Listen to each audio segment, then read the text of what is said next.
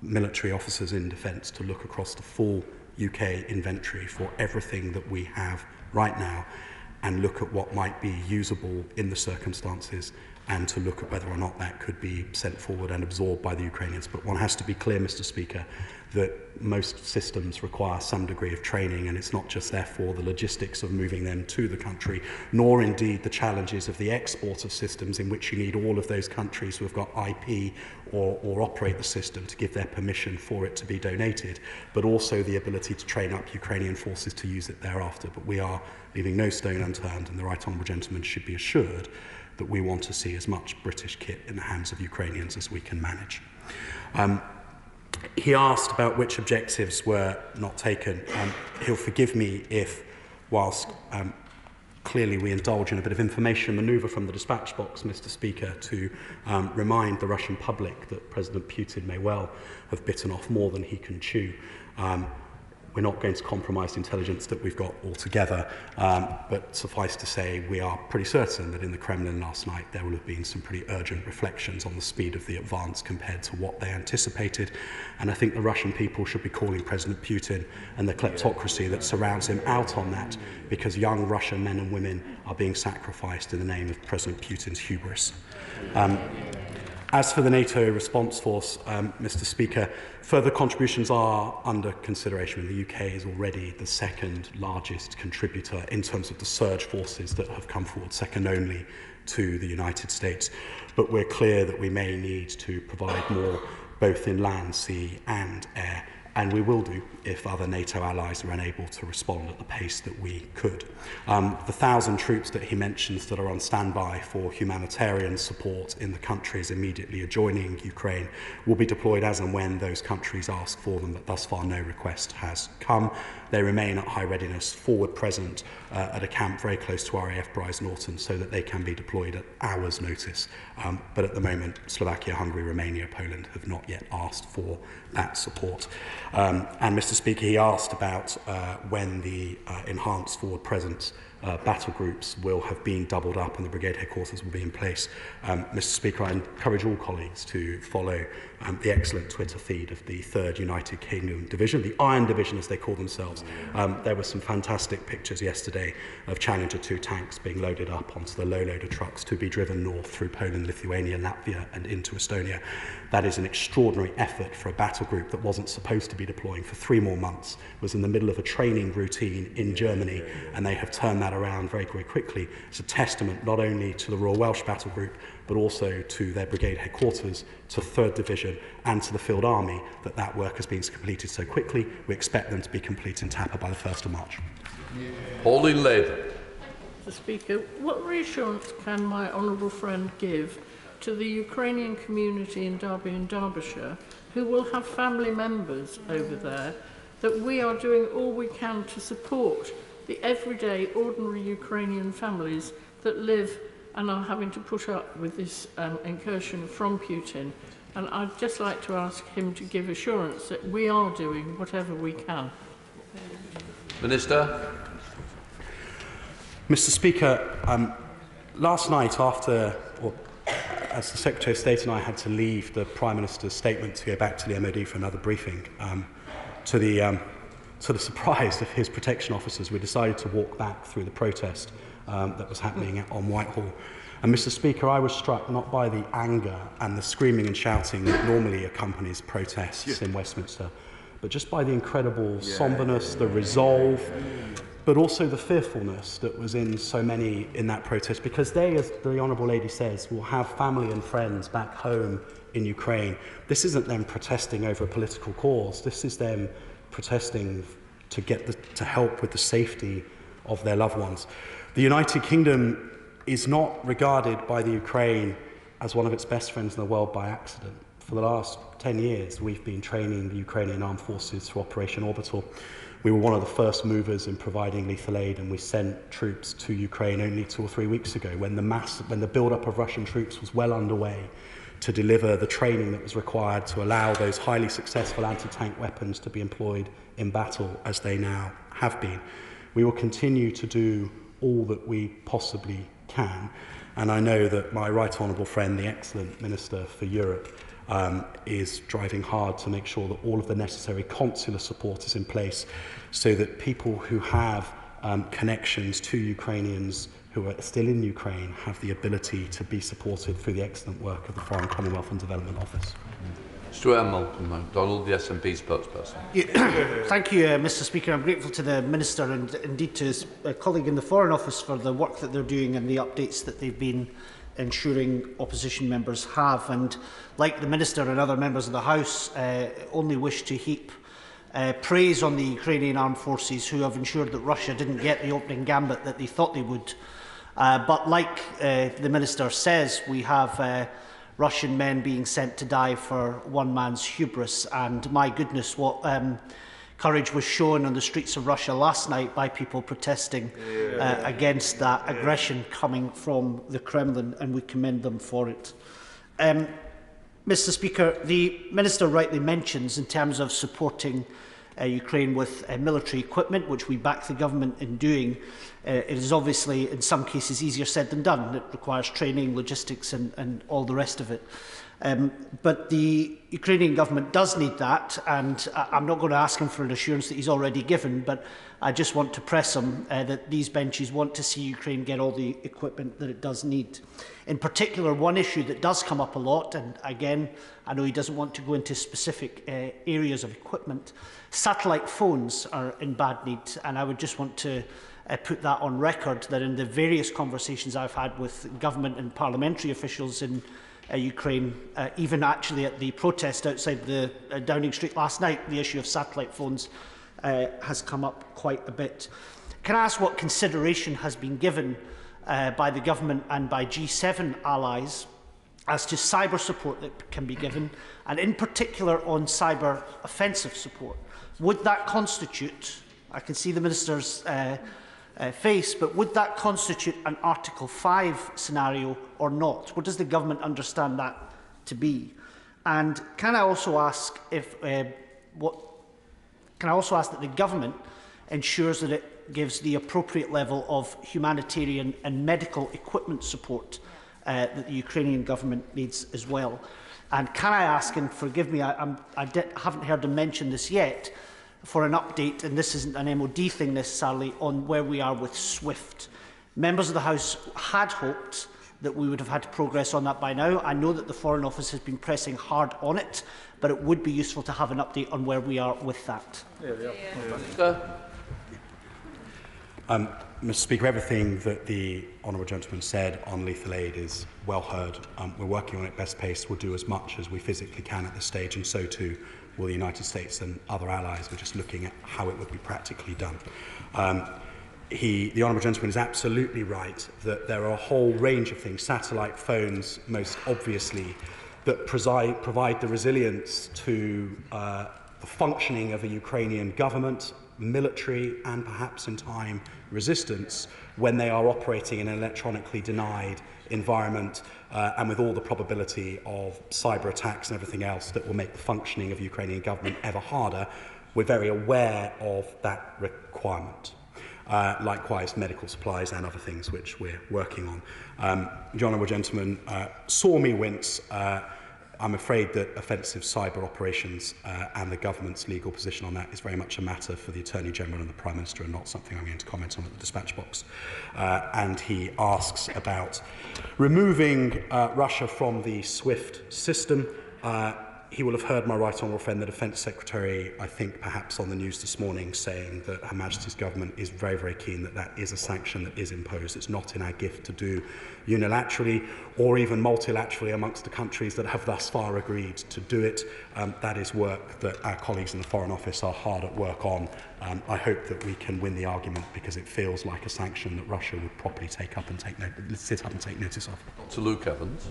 Thank you, Mr. Speaker. Much is rightly made of Russia's role in this, but also, obviously Belarus is playing a part as a staging post. What sanctions and steps are we taking to make sure Belarus feel the pain for what they're doing? But also, second, he talks about miscalculations. May I ask what assessment he has made about the accidental fire potentially going into other countries, because that is a big concern to my constituents. We inadvertently find ourselves in a war footing without meaning to be. Sir? Mr. Speaker, the Belarusian ambassador has been summoned to the Foreign Office today to have the views of Her Majesty's government shared with them. Belarus has also been included in the sanctions regime. Mr. Deputy Speaker, we are acutely aware of the very grave risk of miscalculation. As I said in response to the initial question around a no-fly zone, things that are happening at Mach 2 and where border incursions can last for just seconds. Often it isn't heads of government who get to make the decision about whether a trigger on an anti-aircraft missile system is pulled, and we are working hard within NATO to make sure that all of those risks are clearly understood and the risk of miscalculation is minimised. But we need to be clear, Mr. Deputy Speaker, there's absolutely no way in a situation as kinetic and dynamic as this that it can be removed altogether. And I'm certain, I'm afraid, that there will be moments of miscalculation. There was a Turkish ship yesterday that was apparently hit by one side or the other as it was leaving Odessa. Cool heads will be required if any such event were to happen. Thank you, Mr. Deputy Speaker. Can I thank the Minister for his update and place on record the thoughts and prayers of everyone in my constituency of Pontypridd of the people of Ukraine. I, like members across the House, am already being contacted by worried constituents who have friends and family in Ukraine who are desperate to access safe routes out of the country. So can I reiterate the question posed by my good friend, the Shadow Secretary of State, and ask the Minister, will the 1,000 UK troops that he has placed on standby to help with the humanitarian crisis now be urgently deployed? Mr. Speaker, just to be very clear, because I think, unless I don't want to do the Honourable Lady this service, but I think I might have understood a question to be, will the 1,000 troops go into Ukraine as they did into Kabul in the summer to facilitate the egress of Ukrainians? I'm afraid the Honourable Lady will be disappointed. That's just simply not something that could be realistically done. This is a highly kinetic combat situation, and the probability of NATO troops being caught up in combat with Russian armed forces is far too high and would lead to huge escalation. The 1,000 troops that are on standby are there to support Hungary, Slovakia, Romania and Poland with the expected humanitarian challenges that they will face as people make their way out of Ukraine. They're at very high readiness. We'll get them forward as quickly as we can. But as we warned when we changed the travel advice, and my right honourable friend, the Minister for Europe, and I were on TV pulling no punches in the gravity of the situation, we were telling people to leave urgently precisely because there would be no opportunity to do as we did in Kabul in the summer. Richard Holden. Thank you very much, Mr Deputy Speaker. I'd like to thank the Minister and the whole government for their leadership that they're showing on an international level at the moment. In winter 2015, I went to Ukraine with the former Defence Secretary as a special advisor to see Operation Orbital as it was being deployed. As part of that, we laid wreaths for the fallen Ukrainian soldiers. I, as a special advisor, was given a single carnation to put down, but felt slightly embarrassed in doing so because I didn't feel that we were doing as much as we possibly could be doing to help the Ukrainians. We weren't doing that because although we were giving lots of support and lots of sanctions, we were also hamstrung by the fact that we couldn't get agreement by as many of our European allies as we wanted to for everything that we would want to bring to bear. Reports in the New York Times yesterday suggested that Germany, Austria and Italy were refusing to cooperate on SWIFT payment. Belgium was trying to get opt-out for its diamond markets. Italy was trying to get opt-out for luxury handbags as part of European Union sanctions. Can I ask the Minister to ensure that all our diplomatic efforts are brought to bear on our European allies to ensure that they are not dragging their feet as we in this House and our American allies are really pushing forwards to try and do everything possible to help the people of Ukraine? Minister. Mr. Speaker, thank the honourable gentleman for his question. He'll appreciate, first of all diplomatic effort is being focused on this. It is definitely Her Majesty's government's top foreign policy priority. I'd probably argue it's probably the top priority across government full stop at the moment to make sure that the response is completely cross Whitehall and is robust enough to have an impact on President Putin. But I'm sure the honourable gentleman will appreciate that this is not a moment, Mr Deputy Speaker, in which to think that a response must be provided within 24 hours or by the weekend or even by the end of next month. This is about making sure that the Western Alliance does not fracture, that we bring the whole of the free world with us in its condemnation of Russia, that Russia as a consequence is completely isolated. That is the way that the cost is imposed on Putin over time sufficient to ensure that not only does he fail in his ambitions to take and hold Ukraine, but he fails in his ability to remain as Russian president. He fails in his ability to anoint a successor of his choosing when the time comes. It is absolutely essential that the diplomatic effort, even if it requires a bit of patience, brings with us the whole of the Western alliance, because if Putin wants one thing more than the territorial gains in Ukraine, it is to see NATO fracture and Article 5 no longer mean anything. Chris Law. Thank you, Mr Deputy Speaker. The US Ambassador addressed the UN just a few days ago to say that up to 5 million refugees may be coming out of Ukraine and into the rest of Europe. And we're already witnessing on our television screens heartbreaking images of Ukrainians fleeing their homes, desperately trying to escape conflict. So what I want to ask today is, given that this refugee exodus is a scale like something we haven't seen since 2015, how will the MOD, alongside its European partners, contribute to the creation of humanitarian corridors, ensuring that refugees can be safely evacuated from the conflict zone? And finally, can we now end this ridiculous bill that's in the House of Lords, which will actually limit our opportunity to welcome refugees, quite rightly, to these shores? Minister. Well, Mr. Speaker, just to the point on the NAB first, I'm not sure I share his analysis of that bill. I think I answered the question earlier about what active role we can play within Ukraine's borders to facilitate the egress of Ukrainian people. I'm afraid that there's remarkably little that the international community can do there without the profound risk of it ending up as a NATO versus Russia fight with all of the escalation that would cause.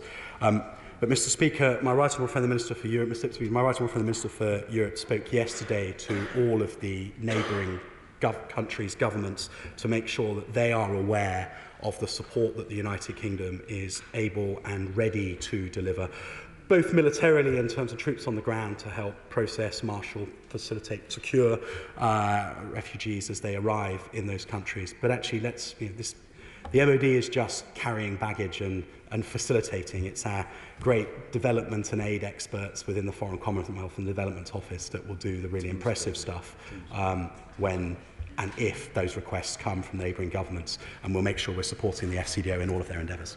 Danny Kruger. Thank you, sir. The tyrant Putin is getting what he said he feared, a thicker and thicker line of defence around the NATO alliance. I'm very pleased that we are doubling our commitment to Estonia, principally through the Royal Welsh Battle Group. I'm proud that many of those units are based in my constituency of devisers, including the Royal Artillery, the Royal Engineers, and the Royal Tank Regiment. Will my honourable friend join me in honouring those troops and their families for the sacrifice that they are making?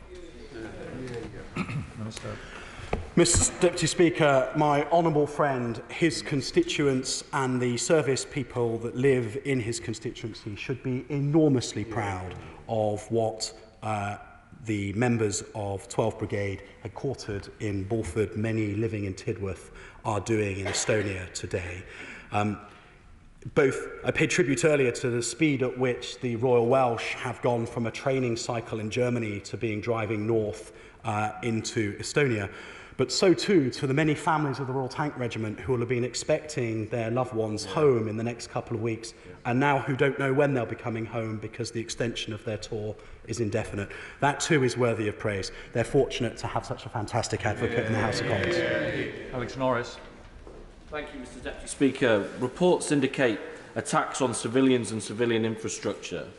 Could the Minister expand on how this is being tracked so that those who perpetrate these crimes and those who compel them to do so will be held to account? Minister. Mr. Speaker, absolutely. Yesterday, many members of the House will have seen reported in the news that not only was the Russian ambassador summoned to the Foreign and Commonwealth Office, where the top lines of Her Majesty's government were delivered, but so too was the Defence Attaché summoned to the Ministry of Defence. In the MOD, the discussion was very much around how we are recording the violations of international humanitarian law and the Geneva Convention that we have reported, our expectations that Russia will operate under those conventions, and our intent to make sure they're held to account wherever they don't. Sir Christopher Cho. And Mr Deputy Speaker, can my honourable friend confirm that the Council of Europe Committee of Ministers will today decide to expel Russia from the Council of Europe? Minister. Mr Deputy Speaker, somewhat out of my lane, but I've just been told that there are discussions ongoing. Brendan O'Hara.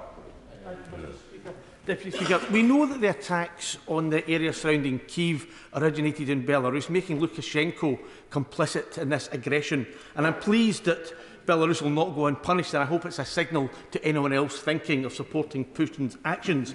But given that we've already placed sanctions on Belarus for their appalling human rights record, can you update the House on what these new sanctions are designed to do and how they're going to be targeted on Belarus? Mr. Mr Deputy Speaker, if you allow, I'll ensure the honourable gentleman is written to. Hannah Davison. Thank you, Mr Deputy Speaker, and I thank the Honourable Member for Wellingborough for securing this urgent question. Though we sit safely some 2,000 miles away, the power of media and so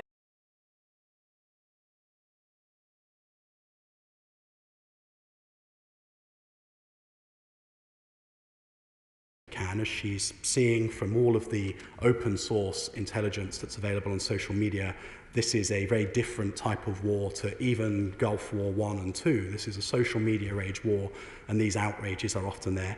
Unfortunately, you can't always believe what you see, and so we're giving lots of thought to how we properly record, verify, and then make sure that people are held to account in due course.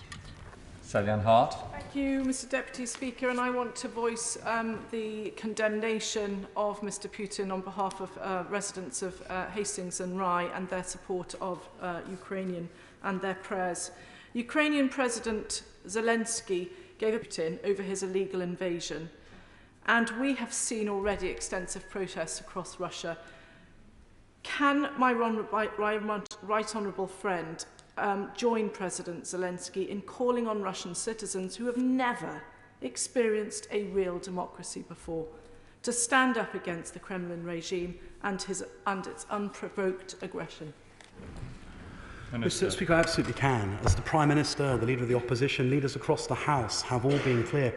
Our fight is not with the Russian people. In fact, they have our most profound sympathies for the way that they are being disregarded at the moment.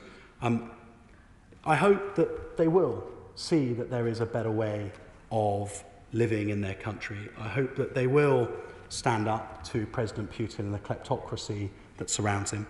I hope that what the international community does, diplomatically, economically, militarily, and culturally, so much of the Cold War was a competition of values promoted through rival cultures, that across all of that, President Putin quickly comes to see that he's miscalculated badly, and soon enough, his days will be numbered.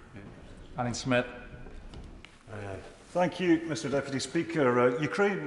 Russia and the Kremlin's efforts in Ukraine are not just supported by a state apparatus. They're supported by a very shadowy network of black, grey, opaque interests in terms of finance and supply of arms, and not just in Ukraine but elsewhere as well. Could I commend to the Minister and the wider Treasury bench an excellent article today on Conservative Home by, not my usual reading, I have to say, but it is an excellent article with a lot of good concrete suggestions by Kate Foster from Protection Approaches, because it really is important to target not just the state support for the actions of the Kremlin in Ukraine, but also the wider networks that are supporting Kremlin's malfeasance elsewhere. I'm thinking particularly of Republika Srpska, because tackling those networks of finance and arms support would be a really useful thing for us to be doing. Mr. Deputy, first of all, I'll repay the bipartisan bonhomie with saying that I found an article on the geopolitical situation in Ukraine in the New Statesman particularly useful the other day. Not my usual read. Nor is Con Home, to be fair, but there we go.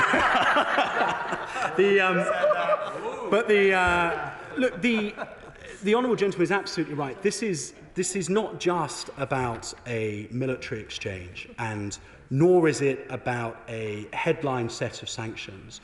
This is about bringing to bear a whole of government response that unpicks criminal networks, shell companies that are intricate across a number of different countries, some that are within multilateral fora in which we can have leverage, others that sit entirely out with.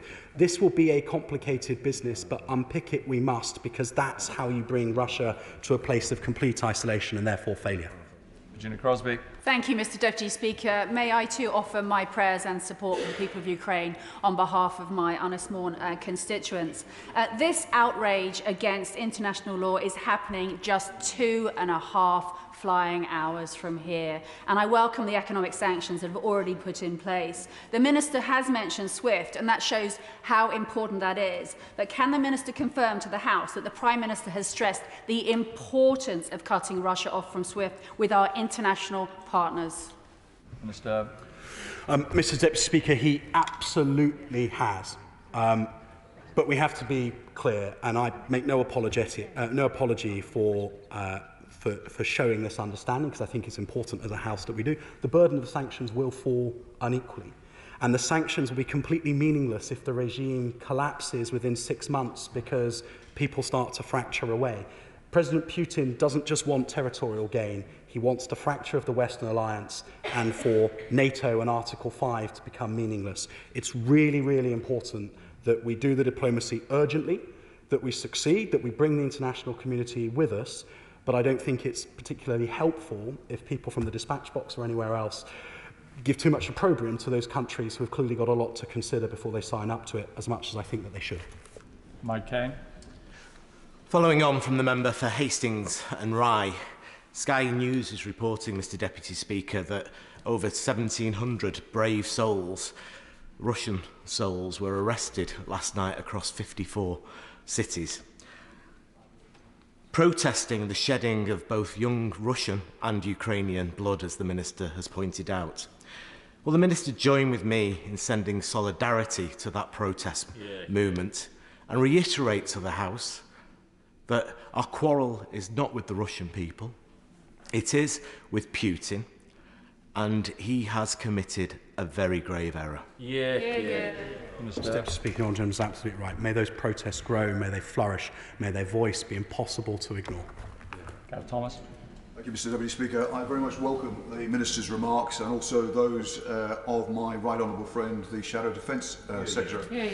The Minister has rightly made much of the need to maintain the unity of the Western alliance. But can I ask him what efforts have been made to reach out beyond that alliance, in particular to China, to try and discourage China for offering any active or indeed implicit support to what Putin has done? Minister.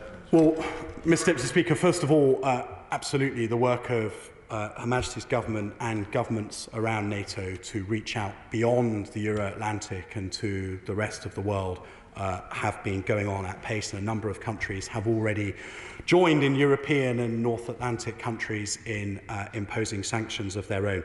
He's absolutely right that this is a moment of real decision for China. If China wants to be a world leader, then China needs to show that it stands for a world rules-based international system. And Her Majesty's government will encourage it to take a stand to do so. And I think this evening in New York there is an opportunity for China to show that that is where it stands. If it doesn't, Mr Deputy Speaker, it will have set out its stall all too clearly, but let's hope they can be persuaded otherwise. Richard Thompson. Thank you, Mr Deputy Speaker. Yesterday, the European Union imposed sanctions on the Russian Defence Minister, Sergei Shoigu, and a number of other Russian military officials. Does the UK Government have any plans to do similar? Minister. Mr Deputy Speaker, it's the policy of the government not to talk about future sanctions. I suspect, for fear that that therefore becomes part of the calculation in the Kremlin over what to do or not to do next in a way that might not be entirely helpful. Although I accept there's a counter-argument, it could be deterrent, but I think on balance it's probably right to keep people guessing about what else might be up our sleeve if things don't stop soon. I'd like to thank Mr Bone for his urgent question and the Minister for responding to the questions for just under an hour. And I'd also like to thank all members at short notice for coming to ask ministers the questions that they have today. As was said, the thoughts and prayers of the British Parliament and indeed the British people are with the people of Ukraine today. Thank you very much. We're now going to resume with the business that was interrupted by the urgent question, and that the question is that the Marriage and Civil Partnership Minimum Age Bill be read the third time. And I call Sally Ann Hart to resume her speech. Thank you, Mr Deputy Speaker. So going back to the Forced Marriage Unit, which set out additional information on the cases it dealt with in 2020. Of the cases that the Forced Marriage Unit provided advice or support to in 2020, 26% involved victims below 18 years of age, 37% involved victims aged 18 to 25, and 9% involved victims with mental capacity concerns. 79% involved female victims and 21% involved male victims. Last year, the government published its Tackling Violence Against Women and Girls strategy, which sets out a range of actions aimed at tackling acts of violence or abuse that disproportionately affect women and girls. Forced marriage is identified as one such issue, and the strategy states that the government remains committed to the goal of ending child marriage in this country and has indicated the need to signal to other countries that child marriage is something that needs to be tackled. The strategy also states that child marriage and having children too early in life can deprive children of important life chances, which is why the government will support raising the age of marriage and civil partnership in England and Wales from 16 to 18. And it said, when an appropriate legislative vehicle becomes available to help stamp out marriage of minors. The age of 18 is widely recognised as the age at which one becomes an adult and at which full citizenship rights should be granted. Mr Deputy Speaker, this bill is the legislative vehicle to stamp out the marriage of minors, and I wholeheartedly support it and the amendments included today. Thank you. Mr Deputy Speaker, and my very sincere congratulations to my right honourable friend, the member for Bromsgrove, who got the ball rolling on this, but principally to my honourable friend for Mid Derbyshire for her heroic work getting the bill to this point, and to her family, I think, in the gallery, presumably married at a respectable age.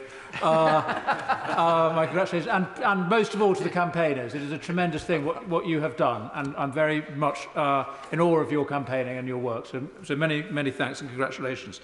As my honourable friend says, if you are too young to consent to marriage, you are too young to marry. That is an absolutely inviolable point, and I am glad that we are honouring the declarations of various international bodies, of UNICEF, which says that child marriage is a violation of human rights, our own commitments to the Sustainable Development Goals, which committed this country to eliminate child early or forced marriage, and to the UN Committee on the Rights of the Child, which says that there should be no legal way to marry before 18, even with parental consent. Now, I understand that in the last year that data was collected, 2018, there were only 147 marriages of people aged 16 or 17. 80% of those were female, were girls, which tells a tale. But of course, the real concern that we have is the marriages that take place abroad of children and then can be recognised here in the UK. And I echo the point made by my honourable friend and many other honourable members that we are not about criminalising the actions of children with this legislation, but seeking to stop adults organising child marriage. And I pay particular tribute to the honourable gentleman from Ealing Southall, who spoke so well and passionately and with enormous sincerity about his own mother and the work that she did, having been a child bride herself, to found a school in her village, to educate girls, and what an inspiration she must have been, both to her own daughters who grew up to have professional careers and to the honourable member himself. So I'm grateful to have heard that story. I applaud the commitment in this legislation to remove what the honourable lady calls the Gretna Green exceptions, and I'm very pleased to hear that Northern Ireland is consulting on raising the age of marriage, and I hope that Scotland does so too. I'm sure that they will want to align with the Sustainable Development Goals as soon as possible. Mr Deputy Speaker, I think I can speak accurately when I say that I'm sure my honourable friend is not anti-marriage in this legislation. I know that she has the opposite attitude. We need more marriage in this country. And I recognise what the honourable gentleman for Ealing Southall said about the dangers of the life-limiting effects of early marriage. But I think we can overcompensate, and to a degree in this country I think we have done. And I was dismayed to hear from the honourable lady that the average age of marriage in this country is now over 30. That concerns me. I think we have organised our economic and social rewards in our society to put off marriage and children until very late. And I regret that. I think the decline of marriage in our society should be a cause of great regret. It's the cause of much distress to adults. And we're talking about the rights of children here. The greatest right a child has is to a secure home. And we know that marriage is the best means of ensuring this. And there are many pressures that are placed on families in our society, economic pressures. We have the smallest houses and the longest commutes in Europe. What does that do to family life? We've removed the fiscal supports for marriage steadily over the last 2 generations. And we also have a cultural or ideological attack on marriage and on the family. There's this assumption that it is a patriarchal institution, inherently abusive, inherently unequal. And of course, I'm afraid to say, and we've heard stories today of cases in which that can be the case. So we need to remove the dangers of fulfilling that false stereotype of marriage. Marriage is a public act for a reason. In the Anglican service, we are asked to give any just cause or impediment why a couple should not be married. And we need to remove the possibility of abuse through this legislation, to remove the opportunity for child marriages. Marriage is fundamentally about the responsibilities of adulthood. It is the foundation of our society, and this bill restores the integrity of the institution, and I'm very proud to support it. Thank you. Virginia Crosby. Mr Deputy Speaker, I'm pleased to speak in the third reading of the Marriage and Civil Partnership Minimum Age Bill, and I'd like to congratulate my honourable friend, the member for